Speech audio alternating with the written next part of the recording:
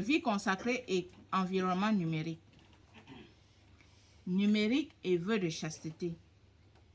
Vivre la chasteté numérique, c'est apprendre à faire le choix dans ce que nous mettons en ligne. Ce que nous montrons révèle ce que nous sommes. La vie privée ne devrait pas être sur les réseaux sociaux.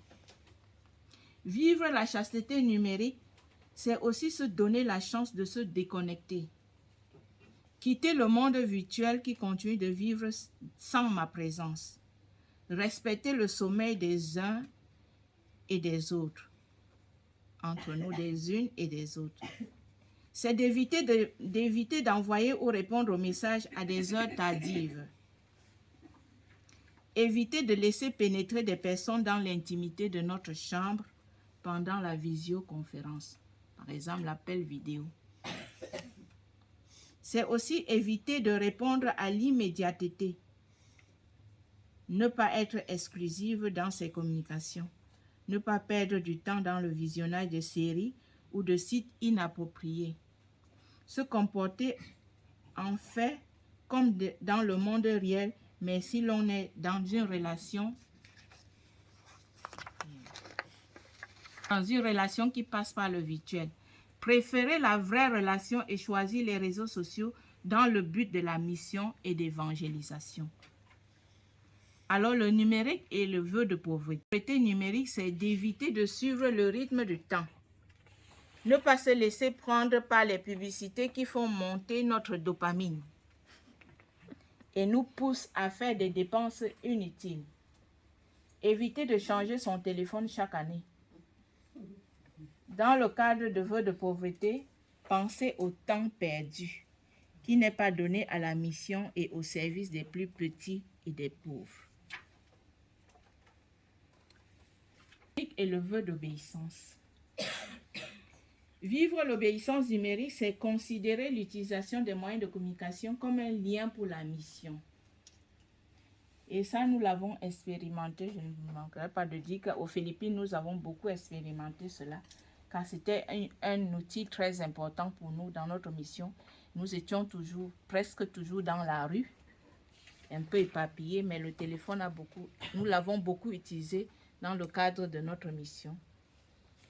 Nous devons évidemment vérifier que notre présence témoigne de notre choix de vie. La transmission des messages doit respecter notre mode de vie. Avant de rendre publique une information importante, nous devons faire vérifier et analyser ce que nous écrivons par quelqu'un d'autre. Qui formons-nous?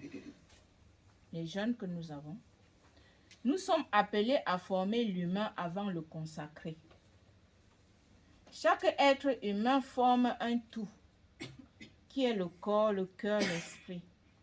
C'est un être de relation. Chaque personne arrive en formation avec ce tout. Le cœur est le lieu où réside l'amour. C'est la relation de cet amour que nous devons former avant de parler de la chasteté. Former le corps, c'est regarder le projet de la personne que nous formons et sa relation avec d'autres. Il faut former à la responsabilité. Chaque jeune a un lien avec l'économie, le matériel, la manipulation du matériel numérique. Le vœu de pauvreté ne sera pas que si le jeune est remis dans le contexte.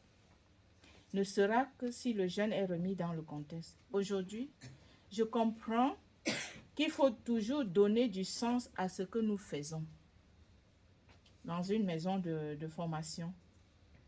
Et Dieu a besoin de chacune. Et tout ce que nous faisons a un impact sur les jeunes. Et nous sommes tous formatrices.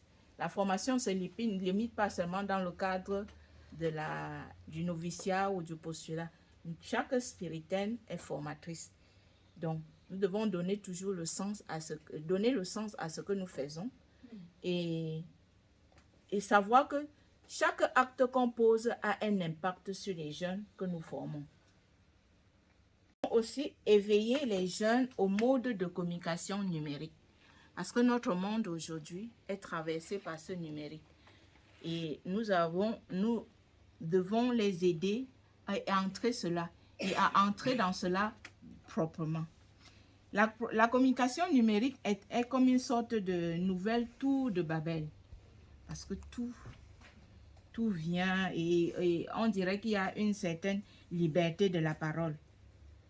Où les gens se retrouvent, où on peut dire n'importe quoi, où on peut parler n'importe comment. Mais cependant, on constate que rien n'est simple. Et comme rien n'est simple, on peut parfois laisser passer les messages importants et donner la place à ce qui n'est pas important. De tout cela, on se sent surchargé.